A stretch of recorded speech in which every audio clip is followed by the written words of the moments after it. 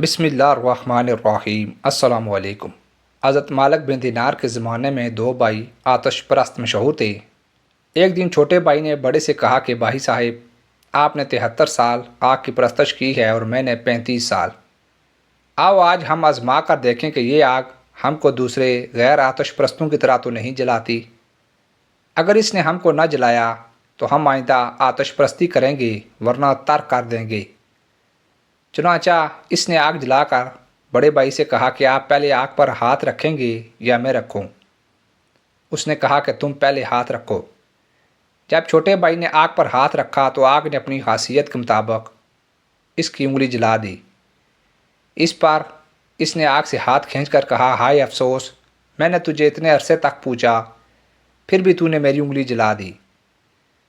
آخر اس نے اپنے بڑے بھائی سے کہا کہ آخر ہم ایسی ذات کی عبادت کیوں نہ کریں جس کی پرسوں کی نافرمانی اور گناہ پر اگر ہم سچے دل سے توبہ و استغفار کر لیں تو ہمیں معاف فرما دے۔ یہ بات بڑے بھائی کی سمجھ میں بھی آ گئی اور دونوں بھائی صحیح راستے کے متلاشی بن کر حضرت مالک بن دینار کی خدمت میں حاضر ہوئے۔ تو کیا دیکھتے ہیں کہ حضرت مالک بن دینار بصرہ میں لوگوں کو واعظ سنا رہے ہیں۔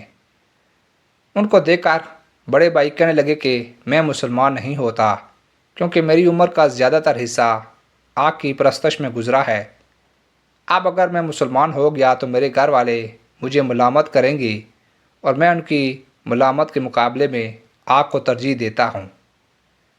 چھوٹے بھائی نے سمجھا کہ لوگوں کی ملامت تو ایک دن زائل ہو جائے گی، لیکن دوزخ کی آگ زائل نہ ہوگی۔ مگر بڑے بھائی کی سمجھ میں نہ آیا اور وہ بدنصیب واپس چلا گیا۔ لیکن چھوٹا بھائی اپنے بیوی بچوں کو لے کر حضرت مالک بن دینار کی خدمت میں حاضر ہو گیا اور وعظ سے فارغ ہونے کے بعد تمام ماجرا ان کو سنایا اور درخواست کی کہ اس کو ماں بیوی بچوں کے مسلمان بنائیں۔ چنانچہ حضرت مالک بن دینار نے ان سب کو مسلمان کیا، اور اس نوجوان نے جب مسلمان ہو کر واپس ہونا چاہا تو حضرت مالک بن دینار نے فرمایا کہ ذرا ٹھہرو، میں تمہارے لیے اپنے شاگردوں سے کچھ جمع کر دوں۔ جس پر نوجوان نے عرض کیا کہ میں کچھ نہیں چاہتا، اور واپسی میں ایک ویرانے میں آباد گھر دیکھ کر اس میں مقیم ہو گیا۔ صبح کو بیوی نے کہا کہ بازار جا کر کوئی ایسا کام تلاش کرو جس سے بچوں کی گزر ہو سکے۔ چنانچہ وہ نوجوان تلاش معاش کے لیے نکلا، مگر کہیں کوئی مزدوری نہ ملی تو اس نے سوچا اور اللہ تعالیٰ ہی کی مزدوری کیوں نہ کروں۔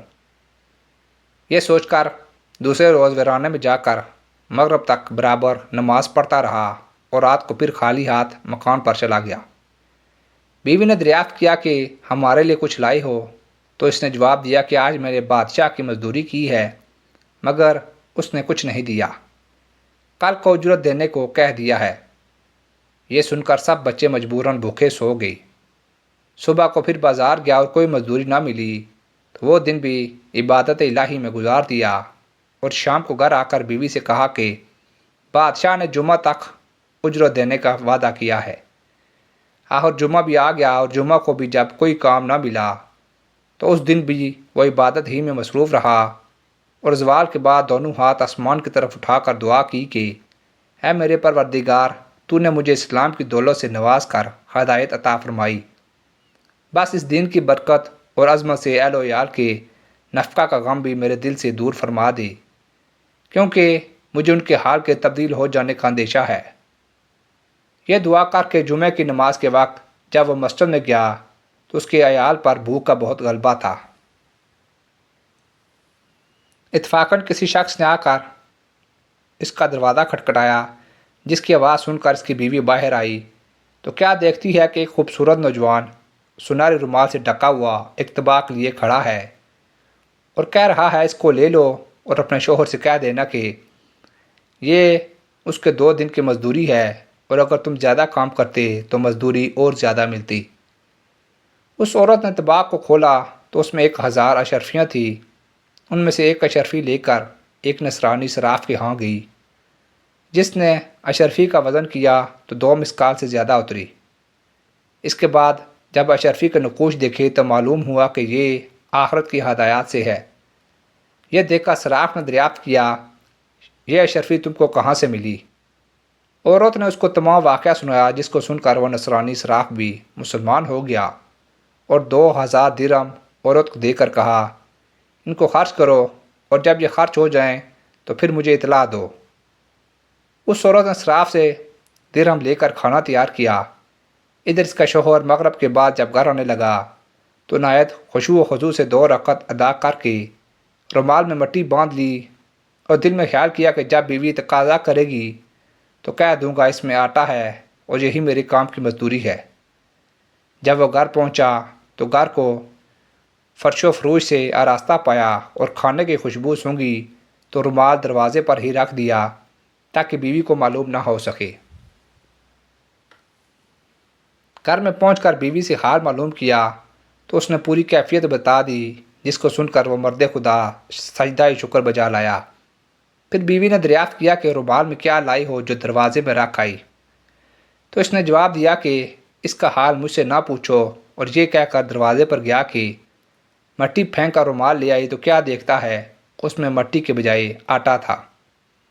یہ دیکھ کر تو اس کی حیرت کی انتہا نہ رہی اور پھر خدا کے سامنے سر بسجود ہو گیا اور پھر برابر خدا کی عبادت میں مصروف رہا، یہاں تک کہ اس کی روح نے قفس اصری سے پرواز کیا۔ اللہ تعالیٰ اس عبادت گزار مرد مومن پر رحم فرمائی۔ سچ ہے جو اللہ کا ہو جاتا ہے اللہ اس کی ضرورتیں غیب سے پوری کرتا رہتا ہے۔ دعا ہے کہ اللہ تعالیٰ ہم سب کو بھی اس واقعے سے سبق حاصل کر کے نیک بننے کی توفیق عطا فرمائے۔ آمین یا رب العالمین۔